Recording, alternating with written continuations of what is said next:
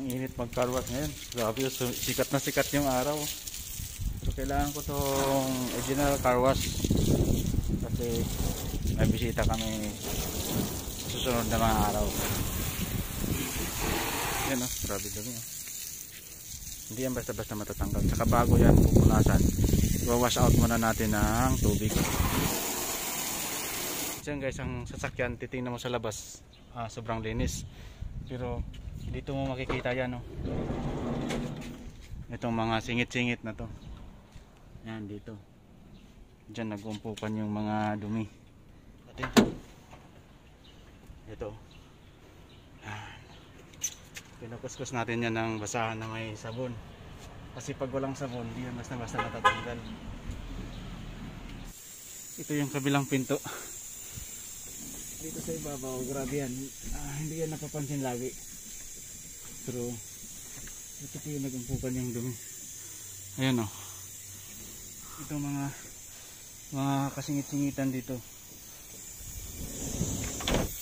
Tapos ito. So ito na, nagiging apakan na rin itong ano. May nakasulat naman to dito na ano. Ayan o. Kasi ayan yung magiging luma yung ano. Ay, grabe ang dumi. Ito guys, habang kinakarwas ko, yung salamin, titingnan mo, ang linis no. Ang linis. Pero pagka basahin mo ng tubig yan, yan nakakarwas ko na yan, napunasan ko na, nasabon ko na rin.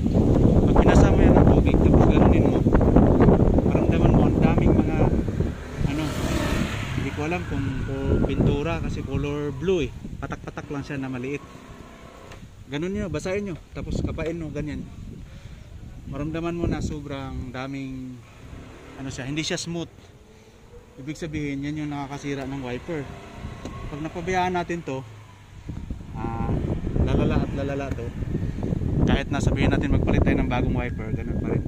So gawin na natin dito kerosene or paint remover, gas, isprayan to ng gas, babad konti, tapos irarab hanggang sa pag grab mo ng ganyan. Ay, ang kamay kasi natin sensitive to eh.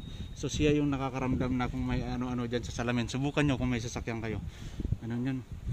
Hugasan mo, sabunan mo, tapos kapain ng kamay. So maramdaman mo na pag hindi smooth, ibig sabihin may mga nakadikit dyan. Ito parang pintura eh. Ito siguro talsik to, talsik. So yun lang naman. So para matanggal yan, kerosene or paint remover. Paint remover kasi masyadong mahal, kaya kerosene pwede na yan. So di ba kanina gumamit tayo ng surf bar para matanggal yung mga dumi na nakadikit kasi old na ta sasakyan na to guys. 2016 model pa to. So ngayon kukuha lang tayo ng wax. I-spray na natin. Yan. I-spray natin ng wax yan. Kasi pagka yung surf bar pala na sabon, hindi siya advisable sa mga makukulay na sasakyan. Pwede lang siya dito sa puti. At saka pagka ginamit mo na siya, kailangan banlawan mo kaagad. Lalo na kung wala kang wax. So ito, i-sprayan siya natin ng wax. Saka natin siya patuyuin. Di ba babanlawan na natin siya ng tubig. So hayaan mo lang muna yung tubig, huwag mo nang patuyuin. Isabay mo na yung pag-spray ng wax. Para pag patuyo mamaya, smooth. Pagka iganon mo yung kuko mo, hindi siya kakapit pagka may wax. Ayan. So ganun lang yung diskarte. Ayan, pag na-sprayan mo na yan ng wax, ay ganyan rin, gumamit ka nga ng microfiber. So ganun lang.